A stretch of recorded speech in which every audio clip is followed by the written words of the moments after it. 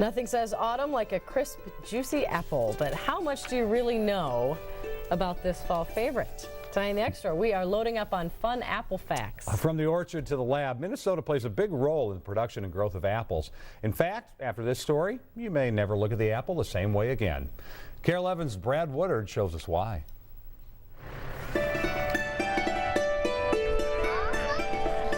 They are as much a part of autumn as the changing leaves, nurtured in the golden light of summer, ripened and relished in the fall.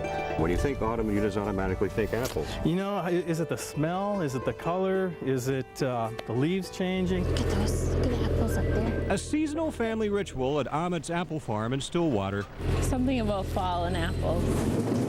That's as American We love apples, huh? as, well, apple pie. It's that time of year that you've waited for all summer because you've only got, your apple season is from late August through October, and people just wait for it. So deeply woven into the fabric of our society, even the word apple is part of our daily jargon. So-and-so is a bad apple. Can I try it? Carson, on the other hand, Carson is the apple of my eye. and an apple a day. Are apples bad for business? Apples are indeed bad for business. Dr. Abe Jacobs says that's a good thing. The recent studies that indicate that the antioxidants that they contain seem to prevent Alzheimer's. They seem to be good at improving lung function or preventing damage to your lungs. They're good for your heart. Although we learn more about their health benefits every day, archaeologists have found evidence that humans have been enjoying apples since at least 6500 BC. Maybe even earlier. We get a little bit of a bad rap sometimes because it's said that that was the fruit that was in the Garden of Eden that Eve gave to Adam. And I'd like to point out that nowhere does it actually say it was an apple. We've been blamed for that unfairly. And my dad kind of used to use the phrase, the world's oldest profession, picking apples, because that's how it's all started, isn't it? True, apples may have gotten a bad rap at first with the whole Adam and Eve thing, but they've also played a positive role in history. And it's important to appreciate the full gravity of their impact.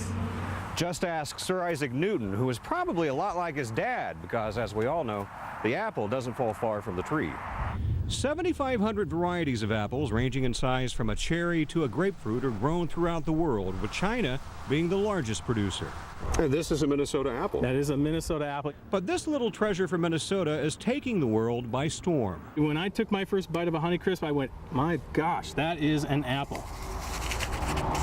I mean, it explodes, it breaks off in chunks, it's the flavor, and the beauty of it too is it stores so well. The Honeycrisp is among 23 varieties of apples developed by the University of Minnesota during the past century. And how long was the Honeycrisp in development? That was 31 years in the making, and that's sort of typical. Research scientist David Bedford doesn't just grow apples, he breeds them. Basically, you take pollen from one plant and put it onto the flower of the other. It's just what bees do. It's the same principle as human reproduction, and just as no two children are alike, when a seed is planted, the apple yielded won't taste like the one from which it came. And that is determined by pollen and the kind of apple blossom it came from. That gives us a mixing of the genes. Then we get new combinations that we couldn't even imagine. Some of these are going to be Albert Einsteins. Some of these are not going to be Albert Einsteins. And some of them are going to be Brad Woodard. It is truly amazing how much work goes into something most people take for granted. Apple trees take 4 to 5 years to produce fruit. And Bedford roams the university's orchard of 20,000 trees in search of the next Honeycrisp, sampling fruit from each and every tree. In a normal day of sampling in our research plots, I probably taste between 500 and 600 apples.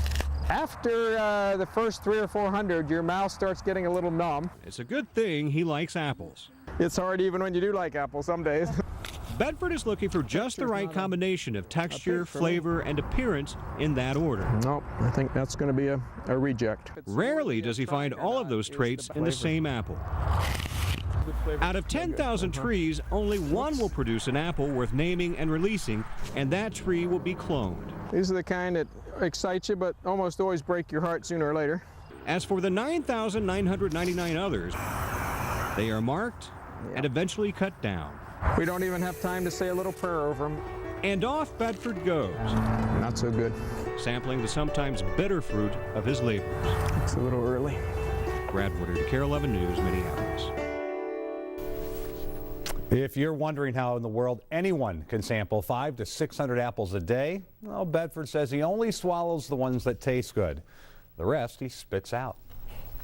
Sunday in the Extra, they are the voiceless victims of Hurricane Katrina. When the storm hit, thousands of dogs, cats, and other pets were left behind to wander the streets and in many cases to die.